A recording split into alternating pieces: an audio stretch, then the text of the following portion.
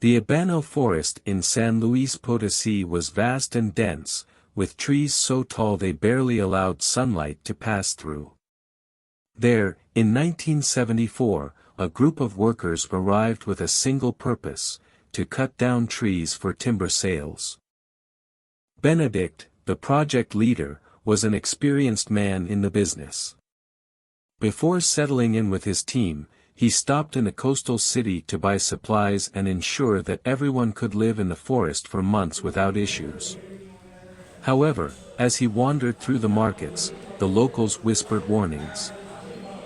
Do not go to the other side of the forest, that's where they are. Witches, sir. Cursed women. They say there's a village beyond the lake. No one goes in, no one comes out. Benedict, though skeptical, did not ignore their words. But work was work. Once in the forest, he gathered the workers and their families, including Mago, an old acquaintance who had worked with him before. Mago brought along his wife, Antonia, and their daughter, Alma. The workday went by normally. The forest was not silent, the sound of saws and axes filled the air. Everything seemed to be going well, until they found the wall of branches. It was a strange structure, made of twisted logs and branches, forming a closed wall. It was impossible to see clearly what lay inside, except for what seemed like a vast empty space. The only entrance was a set of interwoven branches, twisted in such a way that they resembled bony hands clutching each other. Benedict, frowning, gave a clear order. Stay 6 meters away from this thing. We won't go near it. Mago did not argue. Though he claimed not to believe in such things, something about that wall gave him a bad feeling. That night, when everyone returned to their temporary homes, something changed. Several workers and their families began to feel unwell, headaches, nausea, sudden fevers. Antonia, seeing her daughter pale and drenched in sweat while she slept, acted immediately.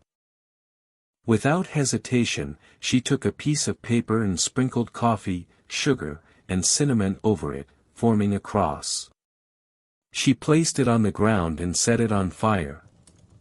As smoke rose, she lifted Alma into her arms and passed her over the cross-shaped smoke pattern. Within minutes, Alma began to calm down. Seeing this, the workers, noticing the girl's sudden relief, approached Antonia and asked if she could do the same for them. Ma'am Tanita, could you? It also allows us to ventilate our children with smoke.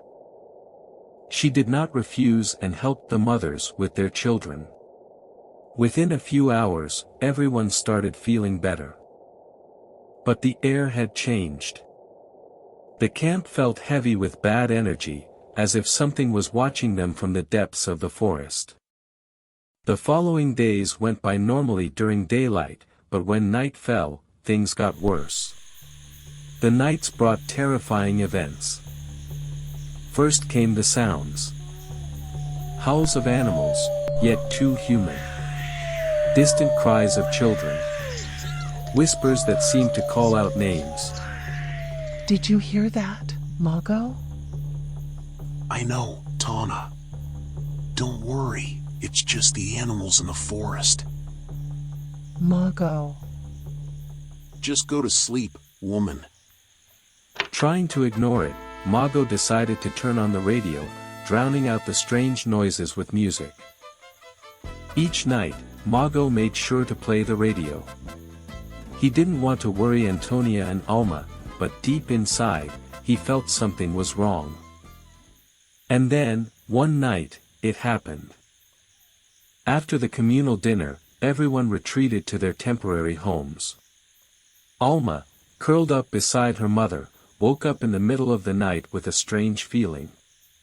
She looked out through the mud-framed window. Floating spheres of fire hovered in the sky above the camp. They moved slowly, dancing as if they had a life of their own. Terrifying and unnatural. Before she could scream, a deafening sound filled the air. A blood-curdling scream shattered the night. The desperate cry of a woman echoed through the camp. Doors burst open. Mago grabbed his gun. Benedict and the other workers rushed toward the house where the scream had come from. Inside, the woman lay on the floor, sobbing, her voice breaking. My son! My son! Where is my son? Why my son? The child's bed was empty. He was gone. But the worst part was the boy's father, standing in the corner of the room. The man stood frozen, eyes vacant, mouth slightly open. His lips trembled as he repeated the same words in a monotone whisper. Fireballs, fireballs, fireballs. Benedict stepped closer. Juan, what happened? Talk to me, Juan. Juan barely breathed out a single word. The witches. Mago felt a cold shiver run down his spine. The tension in the camp became unbearable. In the following days, an entire family vanished into the forest. Benedict gathered the workers and ordered a search. By nightfall, they found them, standing near the wall of branches. None of them would speak about what had happened. The next morning, they still refused to say a word. They simply packed their things and fled. Benedict and the workers decided to go down to the city on payday, to buy more supplies and drink their fears away. That night, only the women and children remained in the camp.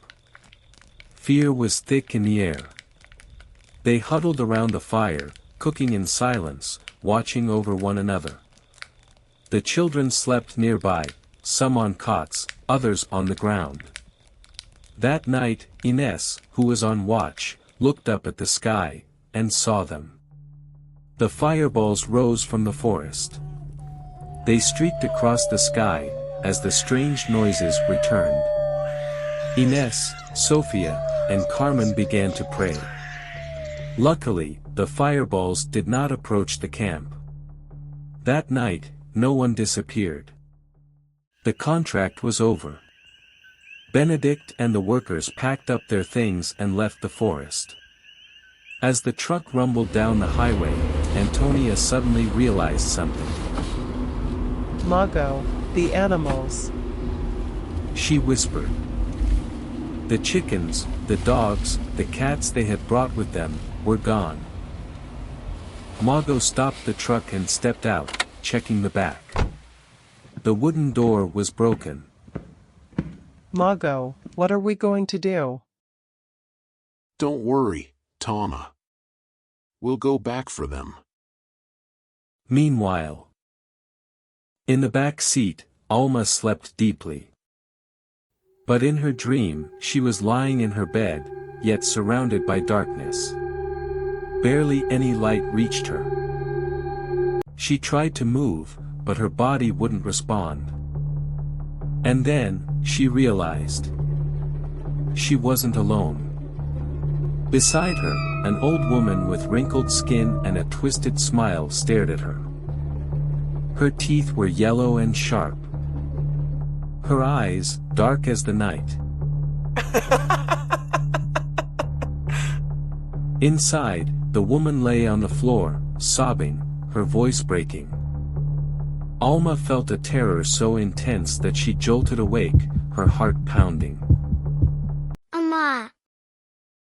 Antonia quickly opened the truck door. It's okay, sweetie, a nightmare. But Alma could still hear the laughter. Faint, just a whisper in her mind. And in the reflection of the window, deep within her own eyes, something appeared. A small, dark mark. Almost imperceptible. The forest hadn't let her go.